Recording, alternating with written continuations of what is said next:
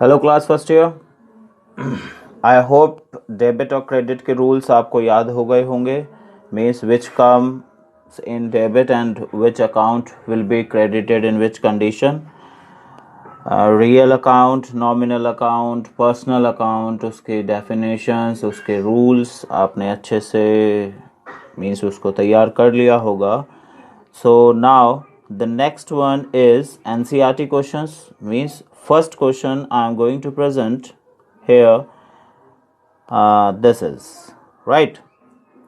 Means in this way the question will be given to you. इसी तरह से transactions आपको दिए जाते हैं, राइट। मीन्स लिखा क्वेश्चन होगा कि generalized the following transactions in the books of, यहाँ पर पर्सन का नेम जिसका बिजनेस है उसका, जैसे यहाँ एनसीईआरटी ने अभी एक फिक्टिशियस नेम ले लिया है हिमांशु, तो generalized the following transactions in the books of Himanshu. 2017 का ईयर है और दिसंबर 1 से उन्होंने एंट्री स्टार्ट किया है। First entry, business started with cash ₹75,000, right.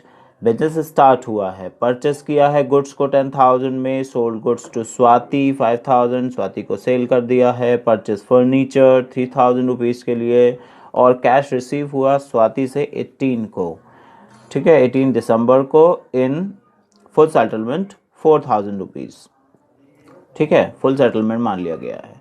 Paid rent, rent paid किए होंगे 1,000 रुपीज़ के and salary will that was paid on December 30, 1,500 rupees, right? So now journal, the first number is here. Can you see it properly ना? आपको देख पा रहे हैं आप ठीक से इसको? जर्नल सबसे ऊपर लिखेंगे आप। इन द बुक्स ऑफ, किसकी बुक में अकाउंट बना रहे हो? हिमांशु की। Date, particular, LF, amount debit and amount credit, right. और रेड इंक से यहाँ लिखा है, ये आपको अभी समझाने के लिए है, आपको ये टाइटल नहीं लिखना है एंट्री का, ठीक है। आपको एंट्री स्टार्ट करनी है December 1 यहाँ से। फर्स्ट एंट्री बिजनेस स्टार्ट करने की है। Business started with cash 75,000 rupees में बिजनेस स्टार्ट हुआ है, राइट। तो एंट्री क्या होती है? Cash account debit to capital account. क्यों होती है भाई? कैश से बिजनेस स्टार्ट किया है, means now business is receiving cash from the side of owner. और आपको बताया था पहले भी, सेपरेट एंटिटीशिप का रूल है, जिसमें जब बिजनेस फॉर्म होता है तो बिजनेस और ऑनर दोनों अलग अलग एंटिटी, मीन्स उनके एग्जिस्टेंस अलग अलग कंसीडर किए जाते हैं, दोनों सेपरेट हो जाते हैं, ठीक है। सेपरेट हो जाने का मतलब है कि अब ऑनर अलग पर्सन है और एक बिजनेस जो स्टेबल हो गया है, एक आर्टिफिशियल पर्सन बन गया है in the I of law, है ना, तो वो भी एक पर्सन हो गया है, आर्टिफिशियल पर्सन हो गया है, तो इसलिए वो दोनों अलग हो जाते हैं। बिजनेस इस कंडीशन में क्या कर रहा है? कैश रिसीव कर रहा है ऑनर से। तो अब मेरे पास, मतलब मेरा का मतलब हुआ बिजनेस के पास कैश आया है, मीन्स मेरी एसेट इंक्रीज हुई हैं, तो क्या करना चाहिए मेरे को? कैश को डेबिट कर देना चाहिए, राइट। और उसके एवज में मेरी कैपिटल बनी है जो मुझे देनी है। तो फर्स्ट एंट्री जो होगी हमेशा बिजनेस स्टार्ट करने की, ठीक है। इसमें कुछ भी लिखा हुआ है, वर्ड चेंज हो जाते हैं, डजेंट मैटर। मीन्स आपको ये क्लियर करना है कि बिजनेस स्टार्ट हुआ है तो उसका 100% एंट्री जो है वो cash account debit to capital account होगी। अगर after that, means during the business, कभी भी इन्वेस्ट होता है capital from the side of owner, ठीक है, तब भी आपको यही एंट्री पास करनी है, क्योंकि उसमें आपको कैश रिसीव होगा और कैपिटल आपको इंक्रीज करानी होगी, राइट। तो एंट्री क्या होती है? Cash account debit, cash account लिखते हैं ऐसे और स्पेस करते हैं इस लाइन, ये जो लाइन होती है LF वाली, इसके पास में ही डेबिट को लिखिएगा और थोड़ा स्पेस यहाँ पर ऊपर वाली एंट्री से 2 लिखने के लिए करेंगे, बिल्कुल साइड में, शुरुआत में ही नहीं लिखना है, थोड़ा साइड में लिखेंगे। फॉर्मेट आप देख लीजिए, to capital account. Debit side में debit amount 75,000 it is entered and capital account 75,000 it is entered in credit column, right. फिर नरेशन आता है। नरेशन मीन्स क्या हुआ है, एंट्री क्यों बनाई गई है, क्या है उसका answer, being business started, business start किया जा रहा है विद कैश 75,000 रुपीज से। Is it done? First entry is over. Next number, purchase goods for cash 10,000। आपने गुड्स परचेस किया है, ठीक है, कर लीजिए परचेस। अब परचेस गुड्स करने के लिए आपके पास गुड्स रिसीव हो रहे हैं, आपका जो एसेट है वो इंक्रीज हो रहा है। रियल अकाउंट क्या कहता है, व्हाट कम्स इन, क्या आया तुम्हारे पास, क्या आया भैया, गुड्स आए, तो परचेज अकाउंट को डेबिट करवा देते हैं। जब भी आप गुड्स को परचेज करेंगे तो गुड्स अकाउंट बनाने या स्टॉक अकाउंट के बजाय आप परचेज अकाउंट डायरेक्ट ओपन कर देते हैं, ठीक है।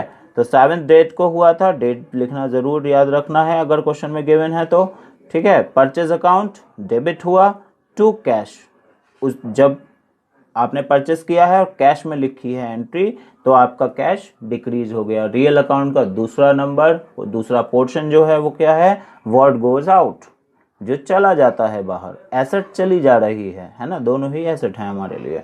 तो आपने कैश को क्रेडिट कर दिया, 10,000 रुपीज से एंटर हो गया, ठीक है। पोजीशन देख लीजिए, ठीक है, और इसको नोट कर लीजिएगा फर्स्ट क्वेश्चन को एज इट इज अपने पास, उसके बाद नेक्स्ट पर आप अटेम्प्ट करना स्टार्ट कीजिए, या फिर ये समझने के बाद एक बार और करके देखना इसको, ठीक है, तो आपको बिल्कुल क्लियर हो जाएगा एक एक एंट्री, ठीक है। नरेशन लिखना मत भूलना। Being goods purchased with cash, cash में परचेस किया गया है गुड्स को 10,000 रुपीज से, एंट्री पास आउट हो गई है, ठीक है। स्टेप्स में अगर आप गिनने जाएं तो क्या स्टेप्स हैं, फर्स्ट डेबिट है, वो डेट है, then after debit second number, third number पे कैश, फोर्थ नंबर पे अमाउंट्स एंड फिफ्थ नंबर पे दोनों का जो अकाउंट्स हुए हैं उनके लिए नरेशन दे दी जाती है, right. Next number and next entry देखते हैं, चलो क्या हुई है entry, sold goods to Swati, Swati को सेल किया गया है। अब यहाँ पर कैश कहीं नहीं लिखा है ना, और वैसे भी अगर नेम आ जाता है और कैश नहीं है तो आप उसको कैसे एंट्री मानते हो, क्रेडिट एंट्री मानते हो, उधार में हुआ है इसका मतलब, कैश नहीं लिखा। कुछ एंट्रीज में से भी मिलेगा लिखा हुआ कि sold goods to Swati for cash, अब फॉर कैश आ गया तो कैश में मान लेंगे आप एंट्री, लेकिन अगर कैश नहीं लिखा है तो आप उसको उधार में ही मानेंगे, ठीक है। और उधार का मतलब क्या हो गया कि भैया जो पर्सन मेरा स्टॉक ले जा रहा है, डेबिट द रिसीवर, स्वाति कौन है, स्वाति को डेबिट किया गया है, ठीक है। स्वाति कौन हो गया, रिसीवर हो गया मेरे स्टॉक का, मेरी एसेट को ले जाने वाला है ना, उसका रिसीवर है, मेरे लिए वो रिसीवर है मेरे स्टॉक का, तो इसलिए स्वाति को डेबिट कर देंगे। यहाँ पे कैश में हुआ था परचेज, ठीक, तो आपने परचेज अकाउंट डेबिट किया था, ये भी उधार में होता तो इसकी एंट्री में भी जो है वो बदलाव हो जाता, कैश की जगह पे नाम आ जाता है, याद होगा ये बात, कैश की जगह पे उस पर्सन का नेम आ जाता है, ठीक है। तो यहाँ पे भी ये जो एंट्री होती है, अगर मैं कैसे करता इसको, सेल अगर क्रेडिट नहीं हुई होती और कैश में होती तो मेरे पास कैश रिसीव हो रहा होता तो मैं उसको डेबिट ही करता, एसेट इंक्रीज हो रही होती, क्योंकि है ना, रूल है कि रियल अकाउंट्स में asset means whenever it comes into your business it will be debited, right, वो डेबिट किया जाता है जब भी वो बिजनेस में आएगा, राइट। दूसरा नंबर ये क्लियर हो गया, स्वाति को डेबिट करेंगे आप because she is now the receiver of my stock, मेरे स्टॉक को लेने वाला, मेरे स्टॉक को ले गया, सेल कर दिया मैंने, तो सेल करने का मतलब मेरे यहाँ से तो चला गया ना स्टॉक, ठीक है, और उसको लेने वाला कौन है, वो पर्सन है स्वाति, ठीक।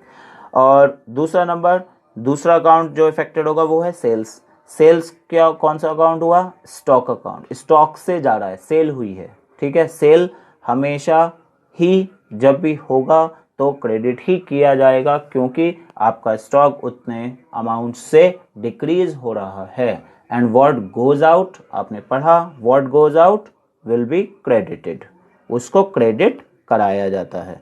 तो दो बातें, जो अभी तीन बातें अगर इसी स्क्रीन पे देखें तो नंबर 1 एंट्री कभी नहीं चेंज होगी, cash account debit to capital account, cash to capital, first entry business को स्टार्ट करने की। दूसरा नंबर परचेज होगा तो purchase to cash, purchase to cash, purchase to cash मतलब जब भी आप परचेस करेंगे तो परचेस डेबिट ही होगा, अगर कैश में है तो कैश क्रेडिट हो जाएगा, नहीं है तो उस पर्सन का नाम आ जाएगा।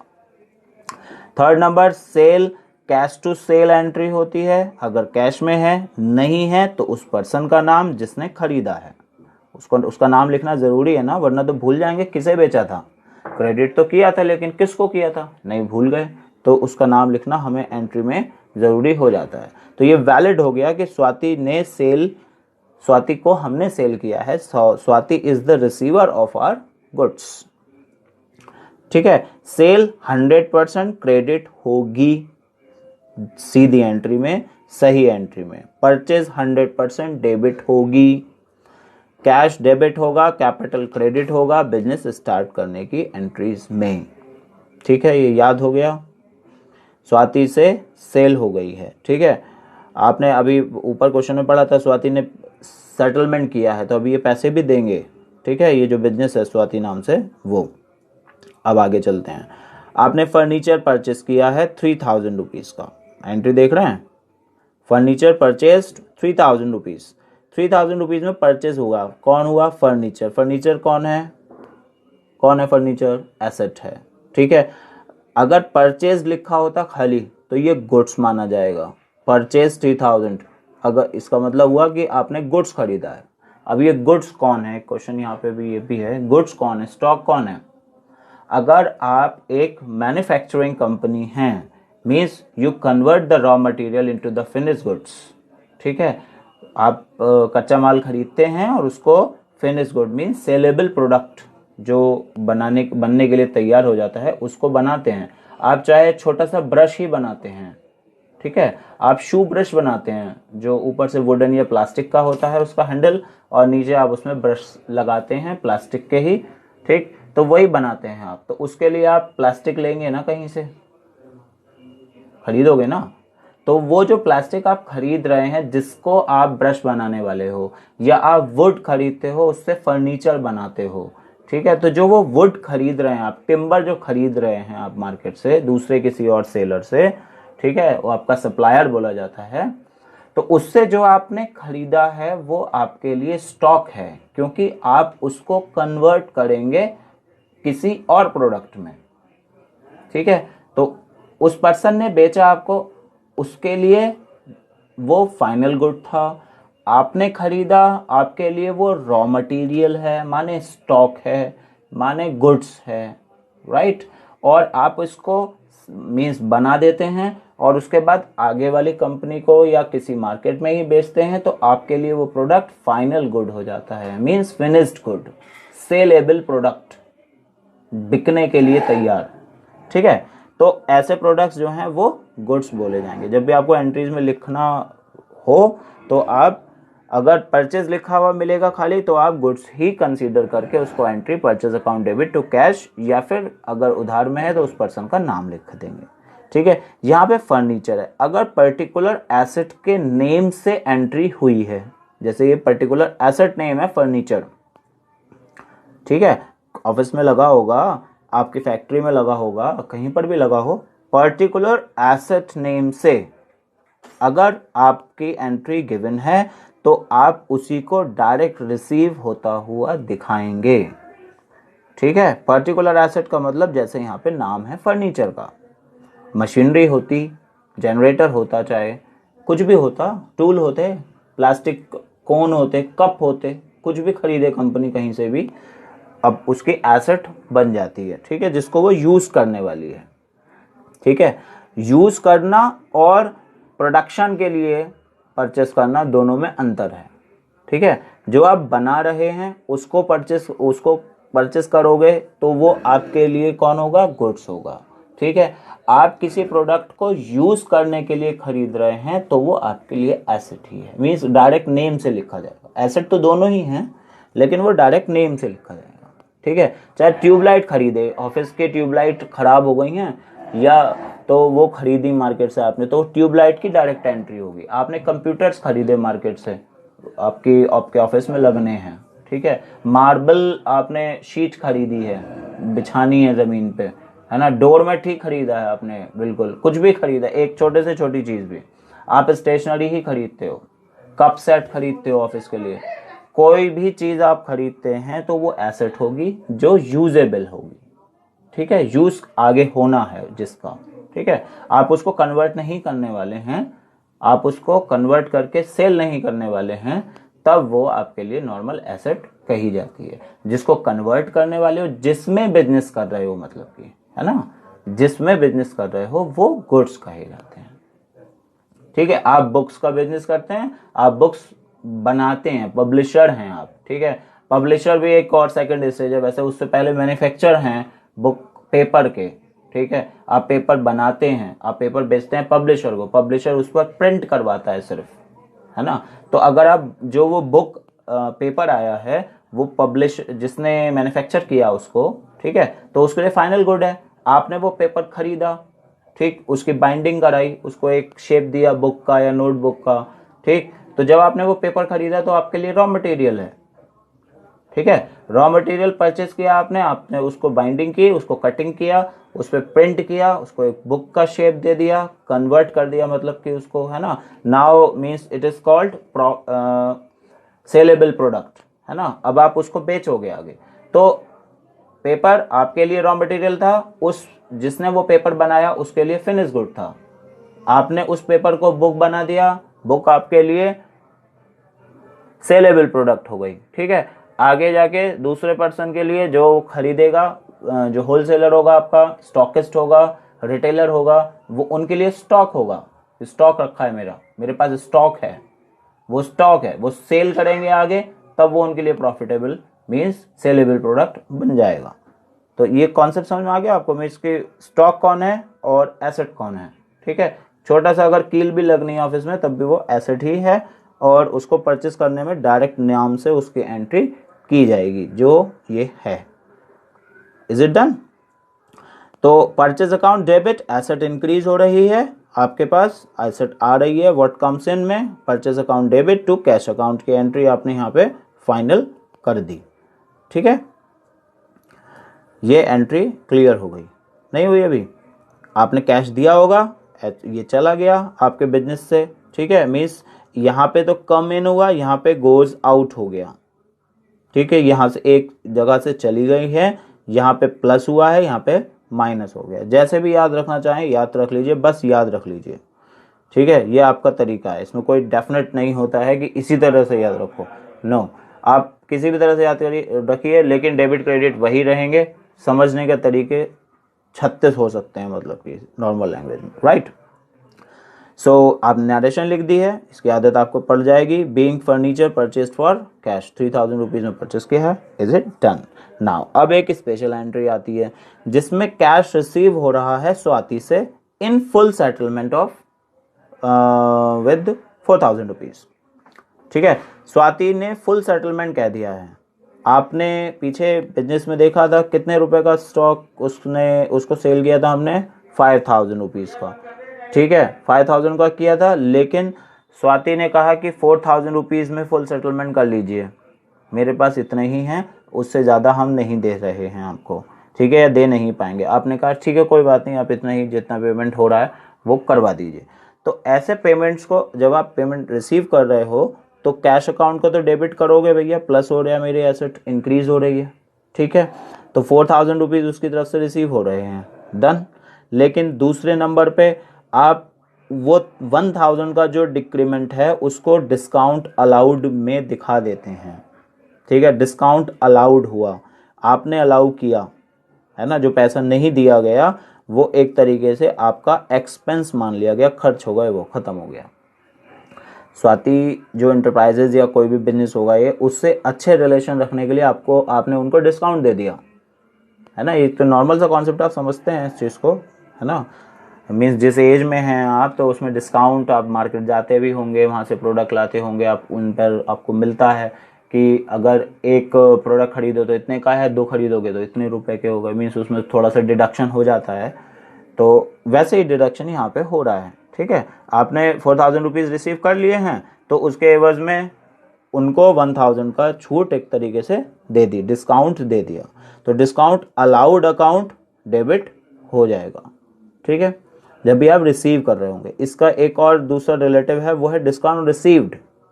तो डिस्काउंट रिसीव करोगे आप तो आपकी इनकम हो जाएगी, आपको कम पैसे देने पड़ते हैं उसमें, है ना, उसके एंट्रीज भी आगे आएंगी अभी, तो उसको क्रेडिट करवा देंगे आप।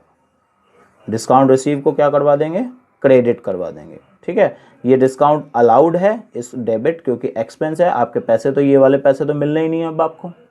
आपके कैश में कितने पैसे लगे गए, 4000 रुपीज़ गए। ठीक है, तो यही तो आपकी जेब में आए हैं बस, तो जो मेरी जेब में आए हैं उसको मैं डेबिट करूंगा, कैश डेबिट। ठीक, डिस्काउंट अलाउड के नाम से ये पैसे खत्म होगा, ये मुझे नहीं मिलने हैं। ठीक, टू स्वाति, स्वाति कौन है मेरा, क्यों क्रेडिट कर दिया इसे, ये इस टाइम पे कौन है, स्वाति गिवर है, मेरे पैसे को देने वाला है। डेबिट द रिसीवर और क्रेडिट द गिवर, राइट, वहां पे क्रेडिट थे, यहाँ पे स्वाति गिवर हो गए, मुझे दे रहे हैं पैसे। ठीक है, तो 5000 रुपीज से उसका अकाउंट सेटल हो गया, मीन्स वहां पर डेबिट हुआ था स्वाति का अकाउंट, यहां पर आकर क्रेडिट हो गया है। याद हो कोई बात। ठीक है, अभी जब आप इसको सुन रहे हैं तो उससे पहले ये वो है कि आप इसको नोट कर लें पूरा, एक बार ना जल्दी जल्दी चला के पूरा नोट कर लें, पेपर पे सामने रख लें, फिर एक एक एंट्री को समझने के लिए आप ऑन करें वीडियोस, राइट। तो ये क्लियर हो गया आपको, cash account debit, discount allowed account debit to Swati, Swati को आपने पैसे पूरे हो गए हैं, उसकी तरफ से हमने रिसीव कर लिए हैं 4000 rupees. Done. Being cash receive from Swati in full settlement and discount allowed, narration में आ गया, इट्स डन, जो हुआ वही हमने नरेशन में लिख दिया। ठीक है, इसको और छोटा करने की कोशिश कर सकते हैं, लेकिन बस मीनिंग क्लियर हो जाता है उतना लिखते हैं ज़रूर। ठीक है, आगे चलते हैं, चलो नेक्स्ट एंट्री पे। यस, द लास्ट एंट्रीज 25 दिसंबर को आपने रेंट पेड किया है। रेंट कौन है आपके लिए, बताना कौन है रेंट। रेंट हमारा एक्सपेंस है।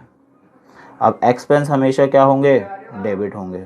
ठीक है, उसके एवज में मेरी एसेट क्रेडिट हो रही है, माइनस हो रही है।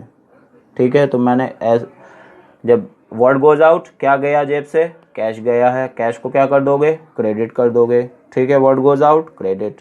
और एक्सपेंस कौन है, एक्सपेंस मेरे रेंट है, रेंट एक एक्सपेंस है, मुझे देना पड़ता है। सेम एज एंट्री नीचे भी है, सैलरीज डेबिट है, salaries debit to salary account debit to cash account, 1500 rupees की सैलरी दी आपने, being rent paid in cash, being salaries paid in cash, right. अगर ये सेम डेट पे हुआ है, कोई भी एक्सपेंस हुए हैं अगर 1 या 2 या 3, तो आप इसे कंबाइन भी कर सकते हैं, मीन्स सबको एक साथ डेबिट करिए और टोटल करके कैश को क्रेडिट करवा दीजिए, मगर डेट सेम होनी चाहिए, अलग अलग डेट की एंट्री आप कंबाइन नहीं कर सकते। ठीक है, ये 25 दिसंबर की एंट्री है, ये 30 दिसंबर की एंट्री है। ठीक है, तो दोनों एक्सपेंसेस हैं, दोनों एक्सपेंसेस क्लियर इस क्वेश्चन में यहाँ पे हो गए हैं। सो ये एनसीईआरटी का फर्स्ट क्वेश्चन है। ठीक है, आगे और क्वेश्चंस या और जो न्यू एंट्रीज या जो डिफरेंट रूल्स और आते हैं जिनमें और कुछ थोड़ी सी और कंफ्यूजिव एंट्रीज होती हैं, उनके बारे में आगे बात करेंगे। अभी आप इसको अच्छे से कवर अप कर लीजिए कि when the which account is debited and when which account is credited in which condition and how they change each other, right? So this is from my side. Thank you very much.